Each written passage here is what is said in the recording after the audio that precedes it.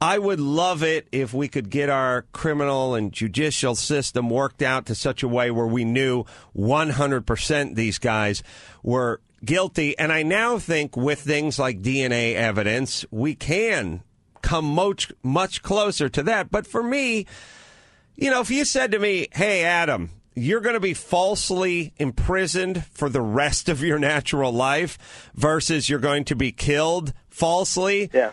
For me, it's not even, it's a push almost. Like if I got convicted of killing my wife tomorrow and I never did it and it was the one-armed man and I grew a beard, jumped off a train, jumped off a dam.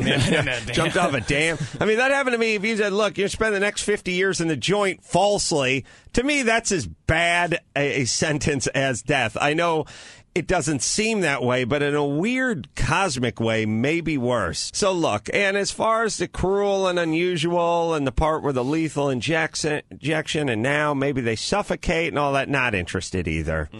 Look, put a bullet in their head. I don't care. I don't say they should be drawn and quartered, but I am saying put them to death quickly. Yeah. Whatever the standard we use for livestock, good enough. Oh, like in Javier Bardem's gun? for Old Men. Yeah. Cattle gun? Yeah, I'm just saying, when we kill livestock, here's the idea of killing livestock. Do it quickly. Do it relatively cleanly, and let's not make them suffer needlessly. On the other hand, let's not bend over backwards making sure the cow has, doesn't feel an ounce of pain. That's the other thing.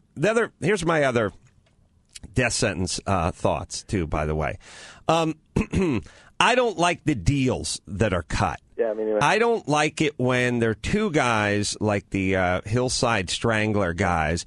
One guy was, I think, Kenneth Bianchi, and the other guy had Bono. Yeah. Okay, there's two guys. Okay, these two guys would abduct women.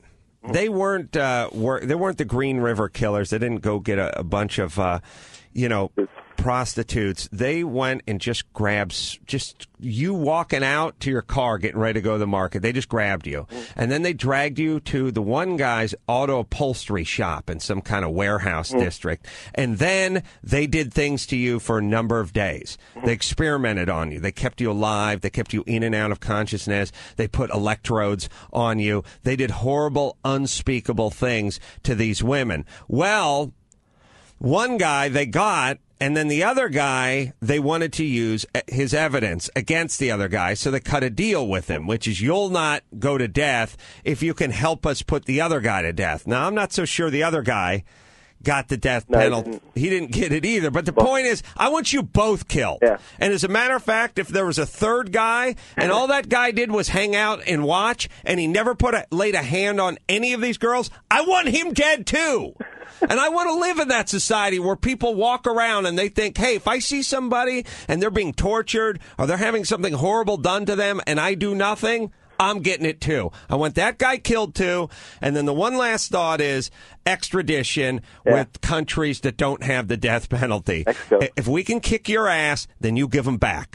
That's the way it works. Right now, we got a Marine in Mexico. He killed his girlfriend and her unborn child, and we want him back. And Mexico's answer to that is, we'll only give him back if you promise not to kill him. And our answer to that is give him back.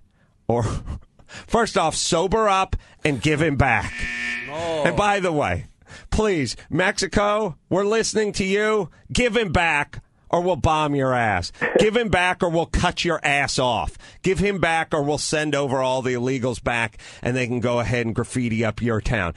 Are you kidding? We're dealing with Mexico where we're bartering with Mexico? I hate that. Yeah. No other country in our position would do any of that. Do you think other countries that could crush other countries with the reserve? We could send the wax over and they could destroy Mexico. All we need is one M16 and one F-18 and we could take over Mexico. We're bartering with those idiots. Yeah. Send the Marine back, and here's the deal. We'll do with him what we want. Yeah. Jesus Christ. I love that. He kills somebody in our country. We have the laws of our land. He steps over an imaginary stripe in the desert, and now you're not going to give him back unless we make promises?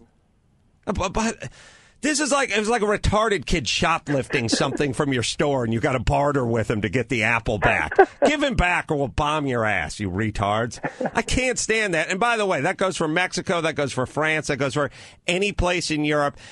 I don't care what your retarded laws are. We have our own retarded laws, and that's what we're going to do. Yeah. So give him back. Hey, Sal, do you think death penalty states have less violence or more violence? You're that nerd. Death penalty states?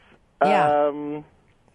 I'll tell you, they're more violent. But it's not a deterrent at all to violent crime. You think it would be? Doesn't matter to me. Doesn't matter, exactly. Doesn't matter. Why doesn't it matter? Aren't you trying to prevent violence? If it's not, no. If it's not a deterrent, then what is? I'm not trying to prevent violence. It promotes violence. Well, no, I don't think it promotes violence. No. Look, I don't. State-sponsored killing. Look, death penalty doesn't prevent violence. Fences never stopped anyone from getting in. Torture, it hasn't worked for the last 2,000 years.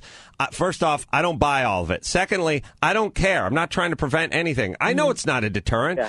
I know when you're in the throes of passion and you're drunk and you're whatever, you got a gun in your hand, you start killing. Now, I do it for the families.